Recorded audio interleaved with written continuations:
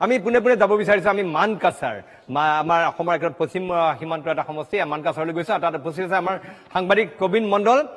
মণ্ডল মই জানিব বিচাৰিছোঁ তাত শেহতীয়া নিৰ্বাচনী আলেখলৈ কি এতিয়ালৈ কিমান শতাংশ ভোটাৰে তাত ভোটাধিকাৰ সাব্যস্ত কৰিছে কবিন হয় নিশ্চয়কৈ মানকাছৰত আচলতে ক'ব লাগিব বৰ্তমানলৈকে প্ৰায় 60% ভোটদান ইতিমধ্যে সম্পন্ন হৈছে দক্ষিণ হালমাৰা মানকাছৰ জিলাৰ অধীনত দুখনকৈ সমষ্টি দক্ষিণ হালমাৰা আৰু মানকাছৰ আৰু এইবাৰ মানকাছৰ সমষ্টিৰ পৰা 8 গৰাকীকৈ প্ৰাৰ্থী ইতিমধ্যে নিৰ্বাচনত অৱতীৰ্ণ হৈছে আৰু দক্ষিণ হালমাৰা সমষ্টিৰ পৰা মুঠ 9 গৰাকী প্ৰাৰ্থী অৱতীৰ্ণ হৈছে অৰ্থাৎ জিলাখনত মুঠ 17 গৰাকী প্ৰাৰ্থীৰ বিপৰীতে ভোটাৰৰ সংখ্যা প্ৰায় 4 লক্ষাধিক আৰু 4 লক্ষাধিক ভোটাৰে আচলতে আজি এইদৰে প্ৰাৰ্থী কেইজনৰ ভাগ্য নিৰ্ণয় কৰিব আৰু মই এই মুহূৰ্তত এখন ভোট গ্ৰহণ কেন্দ্ৰত উপস্থিত আছো এয়া মানকাছৰৰ বামুণপাৰা জেবি স্কুল আৰু এই বামুণপাৰা জেবি স্কুল আচলতে যি একেটা ইতিমধ্যে ভোট গ্ৰহণ কেন্দ্ৰ আমি দেখিছো তাৰ ভিতৰত অন্যতম বুলি ক'ব লাগিব কিয়নো দেখা গৈছে মানকাছৰ সমষ্টিৰ অধিকাংশ ভোট গ্ৰহণ কেন্দ্ৰত কিন্তু ৰাইজৰ আচলতে ভিৰ যথেষ্ট পৰিমাণে পৰা পৰিলক্ষিত হৈছিল কোনো ধৰণৰ কোভিড-19ৰ যি প্ৰট'কল এই প্ৰট'কল তেওঁলোকে মানি চলা নাছিল কিন্তু এই যিটো ভোট গ্ৰহণ কেন্দ্ৰ এই ভোট গ্ৰহণ কেন্দ্ৰখনত দেখা পাইছো আমি আচলতে এনকেটিভি দৰ্শকক দেখাইছো একমাত্ৰ চাওক ইয়াত ৰাইজক আচলতে ভোটাৰক আচলতে ভিতৰত প্ৰৱেশ কৰিবলৈ দিয়া হোৱা নাই প্ৰথমে কম সংখ্যক ভোটাৰক প্ৰৱেশ কৰিবলৈ দিয়া হৈছে আৰু তাৰপিছত এইদৰে কোভিড-19ৰ যি প্ৰট'কল এই প্ৰট'কল মানি আচলতে তেওঁলোকক ভিতৰত প্ৰৱেশ কৰাৰ পিছতে ভোটদান কৰিবলৈ দিয়া পৰিলক্ষিত হৈছে কথা পাতিবলৈ যত্ন কৰিম আচলতে এইবাৰ দেখা গৈছে মানকাছৰ সমষ্টিত যিটো কোভিড-19ৰ প্ৰট'কল মানি চলা পৰিলক্ষিত হৈছে একাংশ ঠাইত মানিও চলা নাই এই ক্ষেত্ৰত আপোনালোকৰ কি ক'ব বিচাৰে নহয় আমি ইয়াতে কোভিড প্ৰট'কল যথেষ্ট মানি চলিছোঁ ৰাইজে যথেষ্ট সজাগ হৈছে আপোনালোকে চাইছে ইয়াতে যিসকল ৰাইজে ভোট দিব আহিছে ইহঁতে টেষ্টো কৰাইছে লগতে মাস্ক ইউজ কৰিছে আৰু ডিষ্টেঞ্চ মেইনটেইন কৰাও দেখা গৈছে ভোটৰ সময়ত এটা ভিৰ হোৱাটো স্বাভাৱিক ইমানখিনি আমি কণ্ট্ৰল কৰিব পৰা নাই যদিও কণ্ট্ৰল কৰিব পৰা নাই কিন্তু তথাপিও ৰাইজে যথেষ্ট সজাগতাভাৱে ভোট প্ৰদান কৰিছে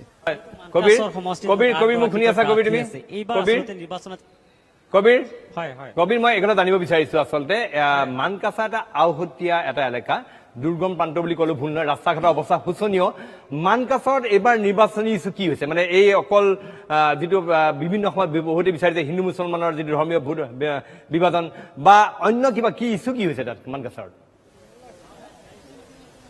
হয় নিশ্চয়কৈ আপুনি ক'ব লাগিব আচলতে মানকাছৰ সমষ্টি ক'বলৈ হ'লে ভাৰত বাংলাদেশ সীমান্তৱৰ্তী এলেকা এফালে যদি পূব প্ৰান্তত মেঘালয় আনফালে বাংলাদেশ আৰু লগতে ব্ৰহ্মপুত্ৰ নদীৰ মাজত আচলতে এই মানকাছৰ সমষ্টি আৰু মানকাছৰ সমষ্টিৰ সমস্যা বহুকেইটা আছে বিশেষকৈ দেখা গৈছে বাট পথকে ধৰি ব্ৰহ্মপুত্ৰ গৰাখহনীয়া তথা বিভিন্ন ধৰণৰ সমস্যা আছে এই সমস্যাসমূহ সমাধানৰ ক্ষেত্ৰত আচলতে বিগত দিনবোৰত দেখা গৈছিল নেতাসকলে কিন্তু কেৱল প্ৰতিশ্ৰুতি দিয়ে কিন্তু ইয়াৰ বিপৰীতে তেওঁলোকে নিৰ্বাচনত পাৰ হোৱাৰ পিছত কিন্তু কোনো ধৰণৰ তেওঁলোকে উন্নয়ন নকৰে আৰু ইয়াক লৈ এইবাৰ দেখা গৈছে ৰাইজ আচলতে অধিকাংশ ৰাইজ এতিয়া ওলাই অহা পৰিলক্ষিত হৈছে ভোটাৰৰ সংখ্যাও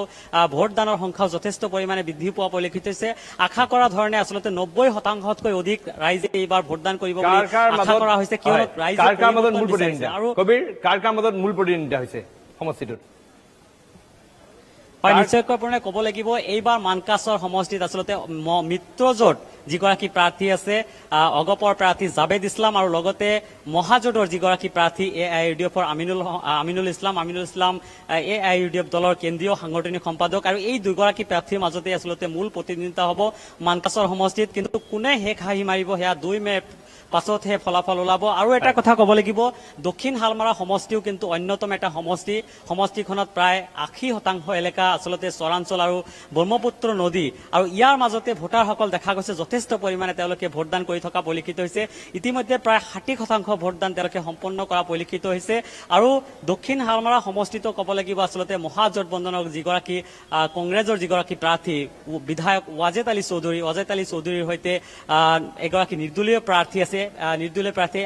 তেওঁৰ নাম নুৰুল ইছলাম মোল্লা আৰু নুৰুল ইছলাম মোল্লা এগৰাকী অধিবক্তা হয় AIUDF দলৰ তেখেত এগৰাকী সাধাৰণ সম্পাদক আছিল জিলা পৰ্যায়ৰ কিন্তু দেখা গৈছিল যেতিয়া AIUDFক টিকেট দিয়া নাছিল দক্ষিণ হালমাৰা সমষ্টিত তাৰপিছতে তেওঁ দল ত্যাগ কৰি ইতিমধ্যে নিৰ্দলীয় প্ৰাৰ্থী হিচাপে দক্ষিণ হালমাৰাৰ পৰা অৱতীৰ্ণ হৈছে আৰু তাৰপিছতে ৱাজেদ ঠিক আছে মই খালি এটা অন্তিম প্ৰশ্ন সৰু প্ৰশ্ন এটা যে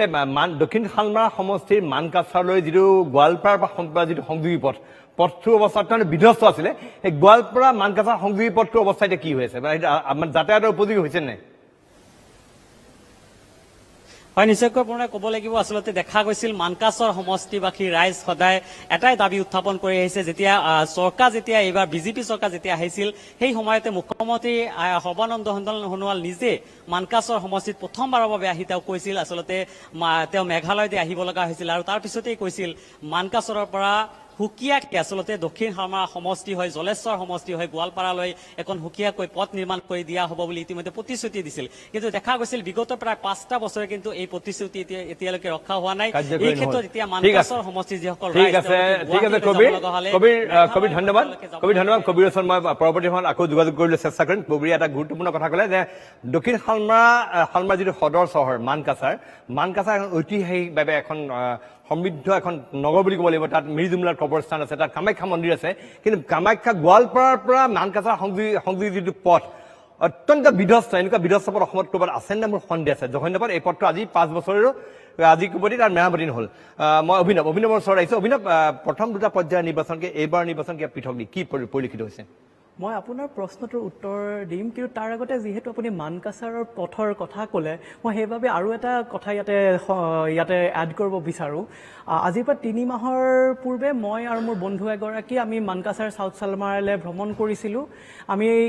জলেশ্বৰৰ পৰা আমাৰ যাত্ৰা আৰম্ভ কৰিলোঁ আৰু ইমানে বিধ্বস্ত পথ কি আমাক 5 ঘণ্টা নে 6 ঘণ্টা লাগিলে আৰু তাতে আমি যেতিয়া ৰাতি গৈ পালোঁ তাতে কোনো থাকিবলৈ জাগা নাই তাৰপিছত আমি ফুলবাৰীত থাকিলোঁ ৰাতিপুৱা কিন্তু যেতিয়া আমি বিভিন্ন চৰ অঞ্চললৈ গ'লোঁ আমি নাৱত গ'লোঁ তথাপিতো যোন ধৰণৰ পলিটিকেল ডিসকণ্টেণ্ট থাকিব লাগিছিলে সেইবাবে কিন্তু তেনেকুৱা ধৰণৰ আমি পলিটিকেল ডিসকণ্টেণ্ট দেখা নাপালোঁ কাৰণ কি হয় কি মানকাছাৰে হওক আপোনাৰ চাউথ চালমাৰাই হওক ইয়াতে যদিও তেওঁলোকে বিভিন্ন ইকনমিক ইছ্যুজ ডেভেলপমেণ্ট ইছ্যুজৰ আমি কথা কওঁ কিন্তু এণ্ড অফ দ্য ডে মই দেখিছোঁ এই সমষ্টি আৰু এই সমষ্টিবাসীসমূহৰ মাজত ধৰ্মীয় যোনটো মেৰুকৰণ সেইটোৱে প্ৰধান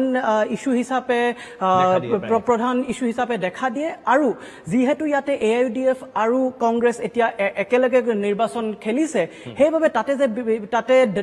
বেলেগ কোনোবা যাতে ইছ্যুৱে যাতে কিবা ধৰণেও প্ৰভাৱ পেলাব